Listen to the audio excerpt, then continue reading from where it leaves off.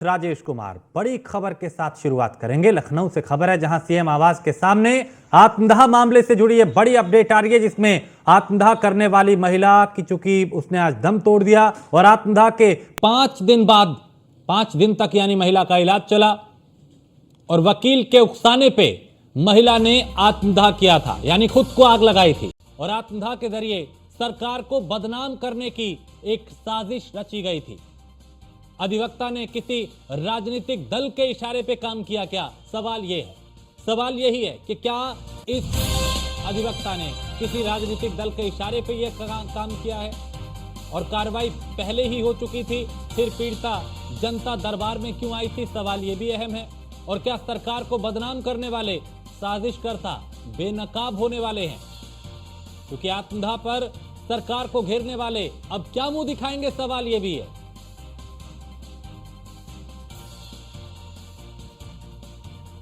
आत्मदाह पे सरकार को घेरने वाले, क्योंकि विपक्ष ने भी इसे मुद्दा बनाया।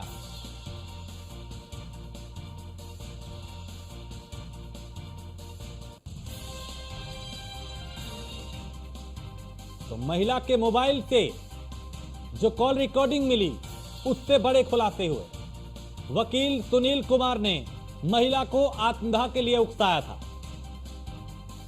और 30 जुलाई से 6 अगस्त तक 57 बार दोनों के बीच बात हुई। वकील ने साजिश के तहत उन्नाव से ही पेट्रोल दिलाया था और वकील ने ही महिला को सीएम आवास भेजा था कि आप मुख्यमंत्री के दरबार में जाए, सीएम जनता दरबार में जाए। तो महिला के मोबाइल से मिली कॉल रिकॉर्डिंग से इस बात का खुलासा हुआ। मैंने कल वाला काम करो, अभी देखो सब ठीक होता है। इनको समझ में आ जाएगा, एसओ सीओ को औकात में आ जाएंगे कि यार अब बुरा हुआ। देखते हैं सर, यही करेंगे आपको पहले जा करके यही काम जहाँ किया नहीं समझो काम चालू। कहते हैं लाओ तुम कल FIR हम इनका बवाल करी तो वहीं कल लाओ इनकी इसी। और मुख्यमंत्री क्या ना जाए? नहीं, मुख्यमंत्री यहाँ जाए और ये FIR अब तो इसमें कुछ वो लोग जेल चले गए हैं, तो फिर इसमें ऐसा कुछ तो लिखा नहीं है, सब इन्हीं लोगों के खिलाफ है। बड़ा मुश्किल काम। हमारी बात समझने, तुम कानून नहीं जानते हो क्या? उन्होंने जो 107-16 चलाया है 151 किया है जी, जिसके अंतर्गत उनको जेल भेज जी, समझ गए। जी, तो जी। अब इस मामले में वहाँ जाना बहुत जरूरी है। इसी समय पूरा कल थाना खाली हो जाएगा। जी जी सर, कल पूरा थाना खाली हो जाए। खाली ये बताओ जाए कि कल 151 में इनको जेल भेजा और हमको भेजने के मूड में थे और पुलिस वाले कह रहे थे इसको मिलने मत देना SDM से। जी जी जी, समझे? जी सर। ये सब बात बताओ। और कह दो टार्चर ये कर रहे थे, तुम मुख्यमंत्री को समझ गया मामला को। कल सुबह हम लोग आते हैं। जी सर। तुम ऐसा करो, हमारे इंतजार करो, तुम सुबह निकलो पहले लखनऊ। हाँ, हम निकलते हैं, फिर उसके बाद जब हम आ जाए तब आप आइएगा, तब देखने हाँ, तुम सुबह जी, अर्ली अपना काम करिए लखनऊ। जी जी ठीक। भगवान चाहेंगे तो 12 घंटे के अंदर सब खेल हो जाएगा। जी ठीक ठीक। समझे? ठीक। कल इनको दिखा दो सर्कस कर दो ये लोग। जी। और आदमी तो अभी अपने आप खेलो जो कुछ कर रहे हो। हाँ, वही के बाद बस हमको कल बार खेल लेने दो, फिर उसके बाद देखते हैं क्या होता है। नहीं, कल भगवान चाहेंगे तो कल हल हो जाएगा। जी सर। कल तुम अर्ली आवर्स में निकलो। जी ठीक सर। समझे? हाँ। अर्ली आवर्स में निकलो। अर्ली आवर्स में जाके वहाँ पूरी बात बताओ। जी जी। और बस वही काम करो। वो डिब्बे वाला, जी जी। जहाँ डिब्बे वाला काम किया, हाँ। चलो साहब अब मालूम हो गया कि यहाँ कुछ है नहीं। बस समझे? कदो छोटी छोटी बात के लिए आपके यहाँ ना पड़ता है। जी जी। मतलब ये पुलिस की जरूरत है। जी जी। और अगर हो सके तो ये कह देना कोतवाल किस बिरादरी, कोतवाल किस बिरादरी है? कोतवाल कुंवर बहादुर सिंह, मतलब सिंह है तो फिर वो है ठाकुर होगा, ठाकुरी है। तो ऐसा करो, हाँ। कल बताना जाके। हाँ। साहब शाम को जब हस्बैंड चला गया जेल, 107-16 उसको भेजा। हाँ। फिर कह रहा साली तेरा दिमाग खराब है। तो हरिजन एक्ट बन जाएगा। समझे? और इसका पैसा तुम्हें अलग मिलेगा सरकार से। अच्छा, समझ गए? हरिजन एक्ट अगर लग जाएगा तो इसका पैसा सरकार तुम्हें अलग देगी। जी जी, फिर तो सब ठीक है। 70-80 हजार। ठीक। और ये तुम्हारे पैर की धोवन धुलेंगे। ठीक है सर, अब यही करेंगे। सुबह जैसे कहा है ना कि सुबह चाहे उनके आवाज पे करो, चाहे विधानसभा में करो। अच्छा। आवाज जहाँ कही हो वहीं जाओ। वो ज्यादा बढ़ गया। आवास में नहीं गए थे। आवास में तो पता नहीं है, वहीं जहाँ जमा होता है वहीं पे गए थे। अच्छा, वो मुख्यमंत्री वाला अलग है। ठीक है सर। हाँ, तुम जाओ, तुरंत एक्शन होगा। ये काम जहाँ तुमने किया मिट्टी तेल वाला, ये डीजल वाला, पेट्रोल वाला, हाँ इसमें आफत मच जाएगी, आफत। ठीक है सर। कल कपड़े इनको वैसे भी निपटा दो। 3-4 दिन के हो गए हैं। हैं? हाँ सर ठीक है, फिर यही करेंगे हम। हाँ, और ये जो कहते हैं ना, बाद में कहा साली होश में रहने, तुझे कटवा के करवा देंगे, पता भी नहीं लगेगा। जी जी ठीक है सर। समझे? जी जी सर ठीक है सर। फिर सुबह फिर निकलेंगे तब सर बताएंगे, फिर जब पहुंच जाएंगे वहाँ। ठीक ठीक, वहाँ पहुँच के अपना काम करना, और ठीक। सामान यहीं ले लेना, जी जी हाँ वो सब ले लेंगे यहीं। वो वहाँ नहीं मिलेगा। हाँ हाँ समझ गए सर। समझ गए ना? हाँ यहीं। और सुनो, डार्क वाला कोई डिब्बा ले लेना जिसमें हाँ। दिखाई ना पड़े, अच्छा वो ले लेना। डार्क अच्छा। डिब्बे में दे देंगे। ठीक ठीक ठीक ठीक है सर। हाँ ठीक। तो उसी गाड़ी वाले को ऑर्डर करो, भैया ले लो हाँ उनको। हाँ वही वही करेंगे, कह देंगे भैया स्कूटी खड़ी है वहाँ पे, थोड़ा दे दीजिए। हाँ वही हाँ, करेंगे। ठीक बस ठीक ठीक ठीक। भाई, कुछ अपना बदलना सीखो, जी जी सर। है ना? सर बेटा ठीक देखो, इतना। दुनिया की राहें बहुत आसान नहीं है। जी हाँ, पहुँच गए? हाँ? चलो। और अब न्यूज वन इंडिया के सवाल, क्या आत्मदाह के जरिए सरकार को बदनाम करने की साजिश रची गई थी? क्या सवाल यही है, पूछता है न्यूज वन इंडिया कि महिला का अधिवक्ता ने किसी राजनीतिक दल के इशारे पे काम किया है क्या? यानी जो अधिवक्ता है, तो आखिर महिला के आत्मदाह से किसे फायदा हो रहा था? सवाल यह भी सबसे बड़ा है। तो कार्रवाई पहले ही हो चुकी थी, फिर पीड़िता जनता दरबार में क्यों आई थी? सवाल यह भी है। और क्या सरकार को बदनाम करने वाले साजिशकर्ता बेनकाब होने वाले हैं? पूछता है न्यूज वन इंडिया। क्या आत्मदाह पर सरकार को घेरने वाले अब क्या मुंह दिखाएंगे?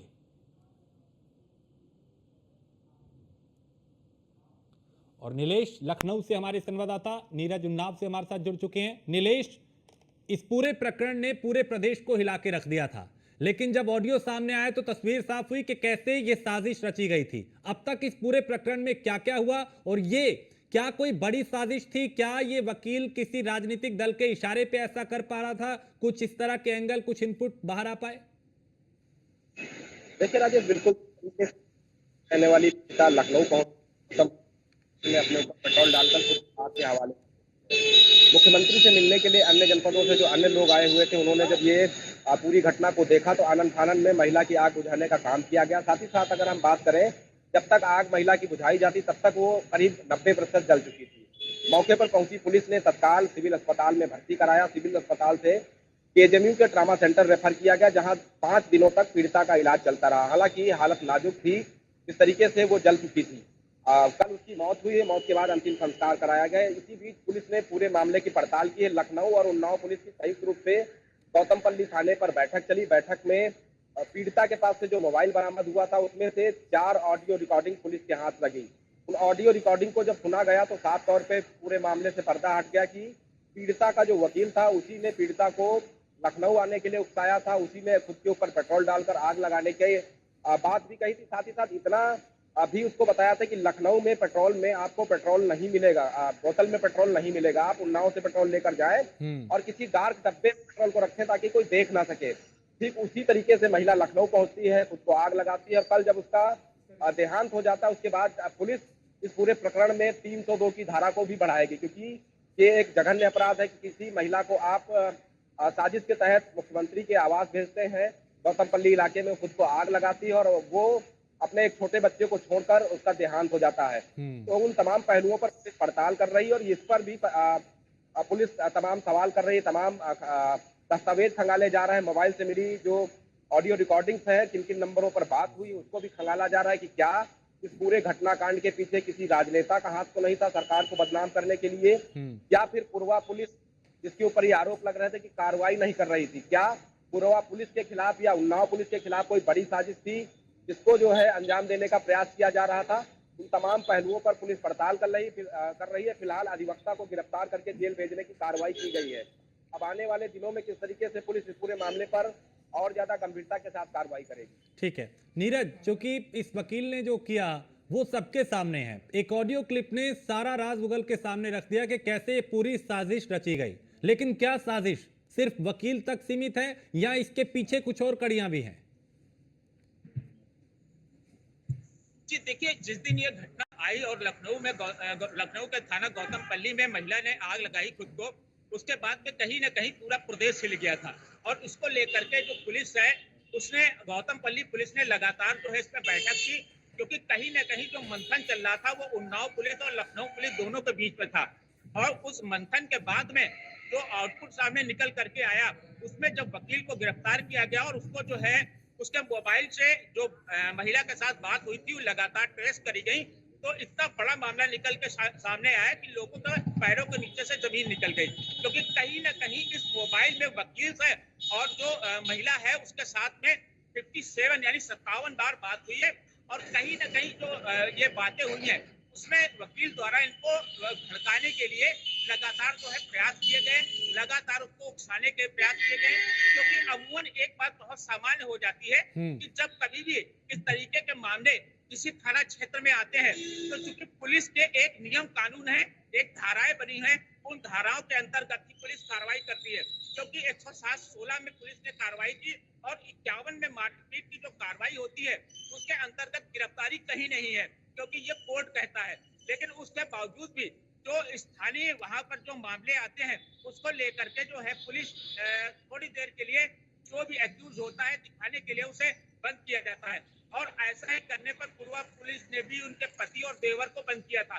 लेकिन कहीं ना कहीं जो महिला है वो उससे सेटिस्फाई नहीं थी, जिसको लेकर के जो उसका वकील है सुनील कुमार शर्मा, वो लगातार उसको उकसाने का काम कर रहा था। और बिल्कुल लगभग 80% मामले ऐसे ही होते हैं जब मामले वकील के पास चले जाते हैं, तो वकील कहीं ना कहीं मामले को बड़ा बनाने के लिए इस तरीके की धाराएं लगवाने की कोशिश करता है कि जो उसका वकील है वो लगातार उससे जुड़ा रहे, लगातार उनकी फीस बनती रहे, कहीं ना कहीं वो जो वकील है वो संतुष्ट होते जाए। लेकिन अमूमन एक बात ये होती है, जो वकील होता है वो ये चाहता है कि मेरे मामले में बड़ी से बड़ी कार्रवाई हो। जाम लगता है तो अमूमन ये चाहता है कि यहाँ पर मुख्यमंत्री सीधे तौर पर आए। तो इसको लेकर के जो भी मामले सामने आए हैं उसमें एक बहुत बड़ी साजिश है। हालांकि अभी भी जो पूरा मामला है उसमें लखनऊ और उन्नाव पुलिस के बड़े अधिकारियों की पूरी तरीके से निगाह है और लगातार वो तलाश कर रहे हैं। लेकिन ऐसा कोई अभी राजनीतिक टच नहीं निकल करके आया है जो सामने आए और जिससे ये प्रूव हो सके कि सुनील कुमार शर्मा जो है वो किसी राजनीतिक दल के उकसाने पर उन्होंने ऐसा काम किया है। और सीधे तौर पर इस बड़ी घटना के बाद कहीं ना कहीं सरकार को भी बदनाम करने की पूरी कोशिश की गई थी। लेकिन इसमें जो है उन्नाव पुलिस भी लगातार जुटी हुई है और लगातार उस पर जो है छानबीन कर रही है कि अगर कोई एंगल निकल के आता है तो उस पर भी पुलिस निश्चित ही कार्रवाई करेगी। जी नीलेश, अगर ये ऑडियो क्लिप सामने ना आता तो जाहिर है ये सियासी मुद्दा भी बनता और विपक्ष इसको आधार बना के सरकार को घेरती कि देखिए कैसी व्यवस्था है यहाँ पे कि जो पीड़ित है उनको खुद को आग लगानी पड़ रही है। इस तरह के हालात बनते जो शुरुआत में हुए भी, लेकिन ऑडियो क्लिप सामने आया तो ये सबके मुंह क्योंकि बंद हो गए। लेकिन सवाल ये, क्या सरकार को एक तरीके से बदनाम करने की क्या साजिश भी ये हो सकती है?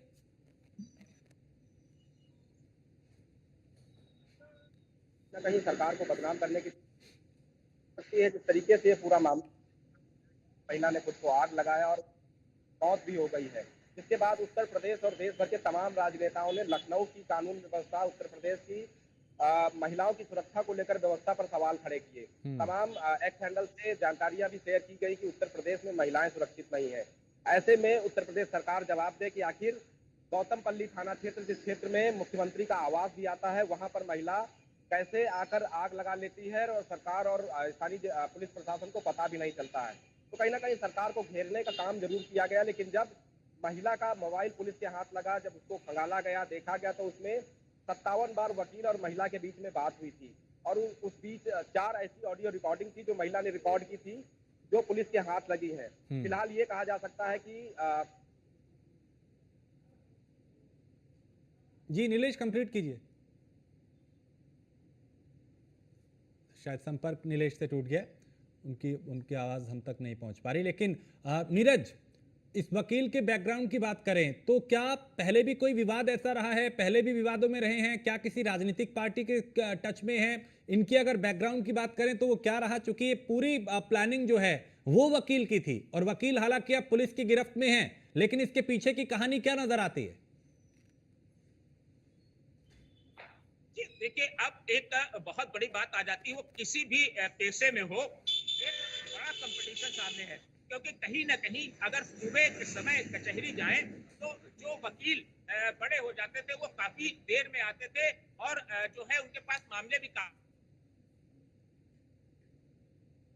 वकीलों के बस्ते बड़े हैं, उसको लेकर के लगातार ये चीजें सामने आई हैं कि जो वकील है वो कहीं ना कहीं अपने मुवक्किल को पकड़ करके जकड़ करके रखना चाहता है। और शायद यही कारण है कि जो वकील सुनील कुमार शर्मा है उन्होंने भी लगातार जो है उसको इस तरीके से बताया, उसे उकसाया और उसके बाद में कहीं ना कहीं छोटे से मामले को काफी बड़ा बनाने की कोशिश की गई।